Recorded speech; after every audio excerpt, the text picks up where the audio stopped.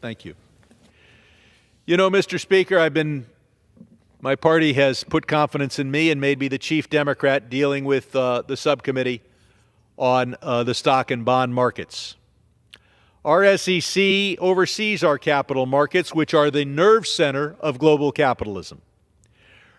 Virtually all the most powerful companies in America and really the world focus on one goal, and that is to increase their value of their company stock on our capital markets. Our capital markets are the envy of the world.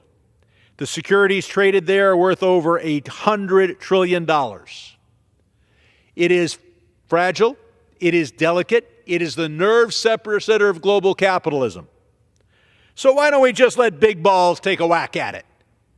What could go wrong? Now, whether it is crime in the streets or crime in the suites, we should not defund the police. You don't defund the men and women in blue, and you don't defund the Securities Exchange Commission that oversees the stock and bond markets.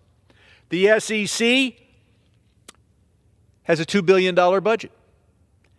It secured over $3.2 billion in fines, in effect, to those on Wall Street that did the wrong thing, so it more than paid for itself. And, no, that was $2.2 billion that went back to investors.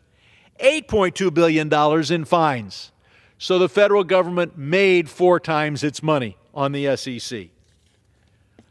But there are those at DOGE that want to, in effect, abolish the SEC, get the same kind of securities regulation on Wall Street that they have in Botswana or Kazakhstan, that is to say no regulation at all, and see what happens. Well, 2 years from now, we'll have to see, did the SEC under the Trump administration secure $8.2 billion paid to the federal government or $3.2 billion returned to investors? If not, it will not be because there's no crime in the suites, that there's no crooks on Wall Street. It will not be because the wolves of Wall Street have become lambs. It will be because they defunded the police of Wall Street.